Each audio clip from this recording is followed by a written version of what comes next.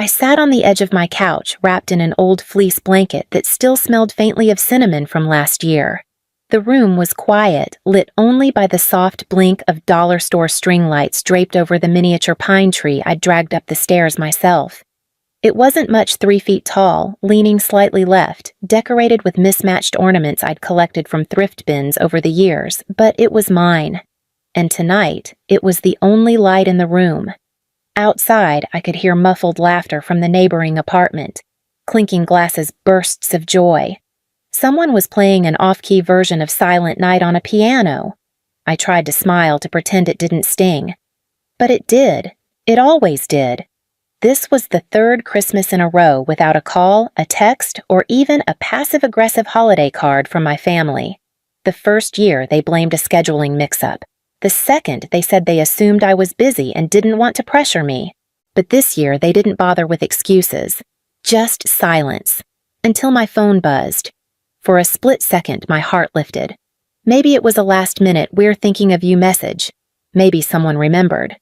But when I picked it up, all I saw was a subject line "Shared Family Holiday Costs," breakdown attached, and a PDF file. I tapped it open. At the top, in bold calibri, it read, "Holiday Yacht Party, Shared Family Expenses. Total $6,100 split 3 ways. My share $3,050. I blinked. Was this a joke? I scrolled down looking for any hint of sarcasm. A winking emoji, a "just kidding." Nothing. Just bullet points catering dock fees open bar and a polite reminder to transfer payment to my father's bank account by January 5th. I hadn't even known there was a yacht party. I hadn't been invited. Not a text, not a mention. Nothing. But they remembered me when it was time to settle the bill. My stomach twisted. I set the phone down and looked back at my little tree. Its lights kept blinking warm and steady as if the world hadn't shifted in that one moment. I used to love Christmas. Used to bake with Mom, argue with Braxton over what movie to watch. He wanted action. I wanted something sentimental. Dad would wrestle with tangled lights and pretend to complain. We were loud, messy, but together. Now they had a yacht, and I had a bill. I stared at that invoice until the numbers blurred. Not even a greeting, just a request for money as if I were some disconnected relative whose only value was financial. I leaned back against the couch, my throat tightening. They hadn't set a place for me at the table, but they'd carved out a space for my share of the expenses, and somehow that said everything. I stared at the blinking lights on the tree, but all I could see was the number on the invoice, $3,050. That wasn't just a bill, it was a memory dragged out of the quiet corners I'd tried to seal off. A reminder of every time they'd overlooked me and how I'd let them. Growing up, my dad used to call me the independent one. He said it like a badge of honor, as if I'd won something by not needing help. He'd mention it at cookouts and holiday letters whenever relatives came around. "Corinne's always been the independent one. Handles herself." I used to smile when he said it, thinking it meant he was proud. But over time, it stopped sounding like pride and started feeling like a door quietly closing. It meant I didn't need attention, didn't need support, didn't need celebration. It gave them permission to leave me off the group texts, to assume I'd be fine without the invite, the help, the hug. And I was, until I wasn't. Braxton, on the other hand, didn't have to earn affection. It was just given. He could miss curfew crash Mom's car, forget birthdays, and still be the son we all revolved around. He's just figuring things out, they'd say. Or worse, that's just Brax. Meanwhile, I got lectures for missing one chore or bringing home an A instead of an A+. Even now, they were still propping him up. That yacht party wasn't just a celebration, it was a coronation. He'd landed some regional manager title at a property firm, and they threw him a private cruise to mark the occasion. What they didn't say, what he definitely didn't say, was that 3 months ago he'd panicked over the application. He'd sent me his 2-page resume in shambles full of typos and half-sentences. "I don't think I'm qualified," he'd said over the phone, voice low, like he was afraid of being found out. "It's out of my league." So I stayed up 2 nights reworking it. I rewrote entire sections, polished the formatting, crafted a cover letter from scratch. I even walked him through common interview questions, pretending I didn't notice how much he leaned on me. He got the job, then the boat, then the invoice for me. No thank you text, no shout out, not even a private message. And now I owed $3,000 for the party I helped make possible without even realizing it. That was the worst part. Not the money, not even the exclusion. It was knowing I had poured effort into someone who wouldn't have done the same for me, who didn't even think to try. They kept calling me the independent one, but what they really meant was disposable. And maybe for the first time in my life, I was ready to stop wearing that label like it meant I was okay, because I wasn't. Not anymore. I stared at the invoice one last time, then opened my banking app. I didn't hesitate. I typed in my father's account details, entered $1 an hour, and wrote in the memo line, "Santa skipped me too." No explanation, no venom. Just the kind of message someone might laugh at if they weren't busy realizing what it really meant. I hit send. The screen flashed, transfer complete. And just like that, I felt something unstick in my chest. Not relief exactly, but a shift. Like I had finally said something I'd been swallowing for years. I set my phone down, stood up, and walked over to my tiny kitchen table, opening my laptop. It was time. The Netflix account, mine. Hulu, mine. Spotify Premium. You guessed it. Amazon Prime, HBO, Disney Plus, all under my name. I'd added family members over the years without thinking. It had always been easier to just include them than to hear complaints or guilt-tripped excuses. But not tonight. I went through each account methodically. Remove user, change password, log out on all devices, confirm. I didn't feel powerful. I didn't feel petty either. I felt clean, like finally washing off a layer of invisible dust that had been clinging to me since I was old enough to pick up their slack without asking. Next, the family phone plan. I'd been paying for most of it for the last 4 years. Somehow, it had become easier for everyone to just keep it that way. "We'll Venmo you," they said, until they didn't. The last payment from my dad had come 11 months ago. I opened the mobile carrier's portal and removed their lines, one by one. Then came the credit cards. 2 of them were in my name, both handed over to my parents for emergencies. I should have canceled them a long time ago, but there was always some reason not to. What if they needed it? What if it caused a scene? What if it made me seem ungrateful? Now, I didn't care. I froze both accounts and submitted requests for new cards with new numbers. No one else would touch my name again without my permission. By the time I closed my laptop, it was past midnight. The apartment was quiet, still glowing from the little tree in the corner. I wasn't angry. I wasn't even sad. I was just done. Done being convenient. Done being quiet. Done being the one who gave because it was expected. That night I didn't sleep easily, but for the first time in years I didn't feel like I owed anyone anything. By morning the messages had already started. The first one came from my mom. "Corinne, something's wrong with the Netflix account. Keep saying it's unavailable. Did you change something?" No greeting, no Merry Christmas, just concern about being logged out of a screen. I didn't answer. Next came a string of missed calls from my dad. Then a voicemail, half gruff and half confused. "I think there's a billing error with the phone plan. Call me back so we can sort it out." I deleted it without listening to the rest. Then the family group chat lit up. Braxton. "Okay. What's going on? Why can't I get into Amazon? Mom, everything's down. Did the cards expire? Braxton again? Pretty immature Corinne. You could have just said something instead of being petty." That one made me stop. Immature.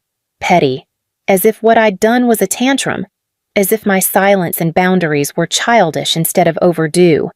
I scrolled back through the chat history. Weeks of jokes, plans, and photos I was never included in. Celebrations I never knew about. Comments I hadn't responded to because they were never meant for me. They were meant for each other. I was just there, tagged when needed. Quiet. Convenient. And now, suddenly, I mattered because they couldn't binge-watch shows or get free shipping. I didn't respond. Not because I couldn't, but because there was nothing to say that wouldn't be twisted into more guilt. No one asked if I was okay. No one asked where I'd been, how I was spending the holidays, or whether I needed anything. It was all what happened to our perks, our access, our conveniences. They didn't miss me. They missed what I gave them. I muted the chat and turned off notifications. The silence that followed felt like the first real gift I'd gotten in years. It was never about family. Not really. It was about what I could offer, what I could fix, what I could cover without complaint. And now that I had unplugged the wires holding up the illusion, they were scrambling, not because I was gone, but because their comfort had gone with me. It was the clearest they had ever spoken without saying a word. Around noon, my phone rang with an unknown number. For a second, I considered ignoring it, assuming it was just another robocall or a last-ditch attempt from someone trying to get through. But something made me answer. "Hi, this is Erica from Bank Ridge Credit Union's fraud department." "Is this Corinne Albright?" I confirmed, cautious. "We've received a report regarding potential unauthorized activity on 2 credit cards registered under your name. Do you have a few minutes to go over some account details?" I closed my eyes for a beat. "Of course." "Yes, I do," I said, my voice steady. She began listing off the accounts I'd frozen 2 nights before, the ones I'd opened years ago for emergencies, the same ones my father had used for gas groceries and the occasional dinner out that somehow turned into regular use. There was a report of fraudulent access on both accounts, Erica said. The caller claimed they'd been locked out of funds they were authorized to use. I took a breath. "There's no fraud," I said calmly. "I'm the account holder. No one else is on those cards." I froze them intentionally. A short silence. "And the people previously using the cards?" "My parents," I said. "They were using them without my consent. They knew the cards weren't theirs." I let it slide for too long. "That's over now." Another pause. I could hear typing on her end. "Understood," she said finally. "So, just to confirm, you're aware of all recent account changes and you authorize all of them." "I do," I said. "There's no fraud here, just a family who mistook me for a doormat." I hadn't meant to say that last part out loud, but once it left my mouth, I didn't take it back. Erica let out a soft chuckle, not unkind. "I'll close the fraud report and make a note on the file." "Thank you," I said. "Take care of yourself, Corinne," she added before hanging up. I stared at my phone screen for a long moment afterward, feeling the echo of my own words. I hadn't yelled. I hadn't broken down. I'd just told the truth. And the strange thing was, it didn't feel like confrontation. It felt like freedom. They wanted the benefits of my name, my resources, my silence. But now they had to deal with something unfamiliar, me unafraid to be heard. After the call with the bank, I didn't bother checking the group chat again. The notifications kept coming, but I let them pile up. I knew what they'd say before even reading them, confusion masquerading as concern, followed by thinly veiled guilt trips wrapped in the word family. I didn't reply. Not out of spite, not even out of anger. I was just done. For the first time in years, I let the silence grow without rushing to fill it. I didn't explain myself. I didn't soften the edges of their discomfort. I stopped managing their emotions like it was my unpaid job. It was strange at first, the quiet, the absence of expectation. No calls asking for favors, no sudden bills forwarded to my inbox, no small talk masking requests, just stillness. And then, without warning, New Year's Eve arrived.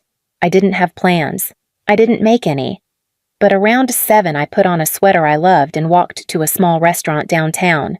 Nothing fancy, just warm lighting and the hum of soft music. I asked for a table by the window. The waiter brought me a menu and didn't blink at the fact that I was alone. I ordered a glass of red wine, a ribeye, and mashed potatoes. The meal came hot and unhurried. I didn't rush through it. I didn't check my phone. I didn't wonder what they were doing or if they were wondering about me. I just ate. And when midnight came and the restaurant filled with gentle cheers and clinking glasses, I raised mine quietly. No one toasted with me. No one needed to, because I wasn't toasting the year ahead. I was honoring the part of me that had finally stopped begging to belong. For so long I had accepted scraps, emotional leftovers, last-minute invites if I was lucky, always the one who understood, the one who bent so others wouldn't have to. But tonight I had chosen myself, not in rebellion, not to make a point, Just because I was tired of waiting to be seen by people who only looked for me when they needed something.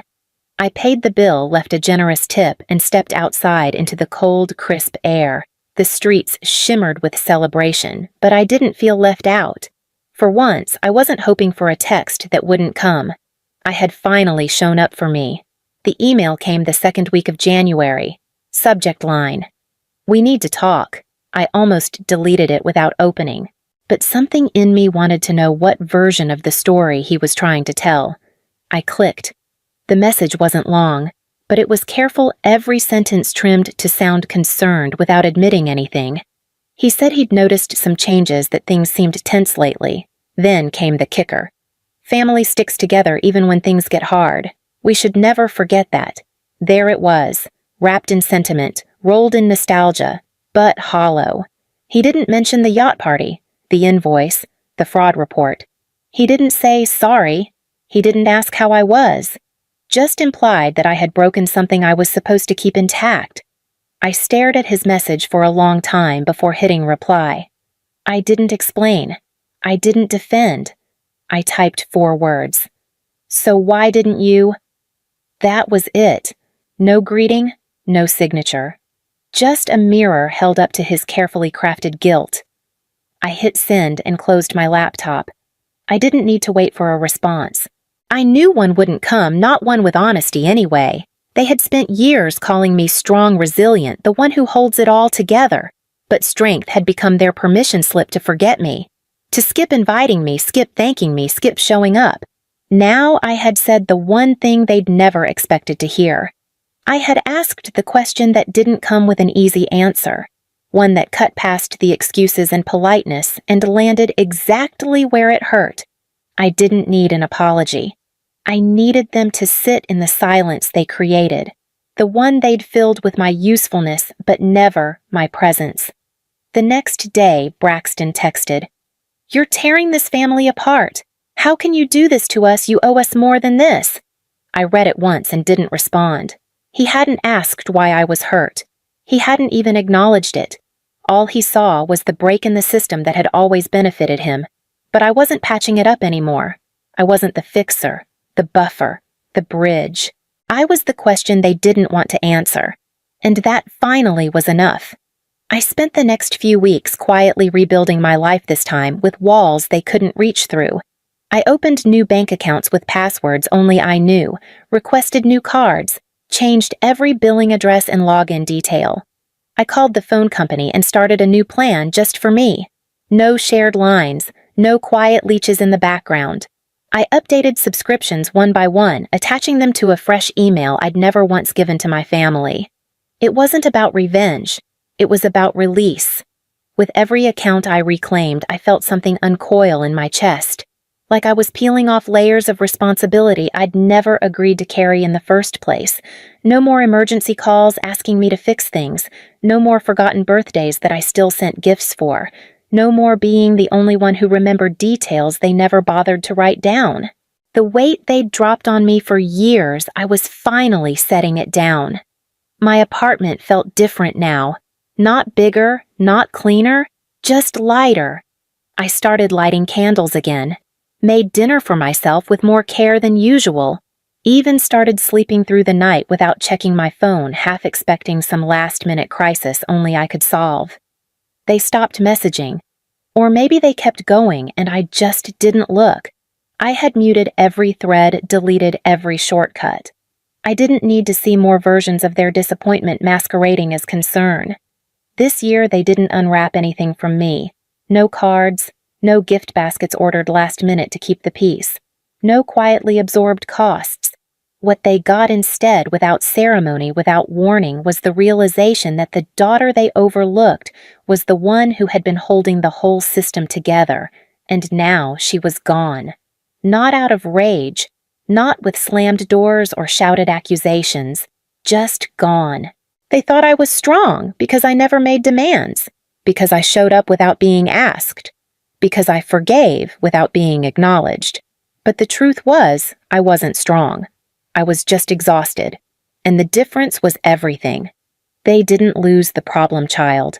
They lost the person who made everything work in the background, the person they assumed would always be there because she always had been. But maybe I'd just been first. First to be forgotten. First to be used. And now finally, first to walk away.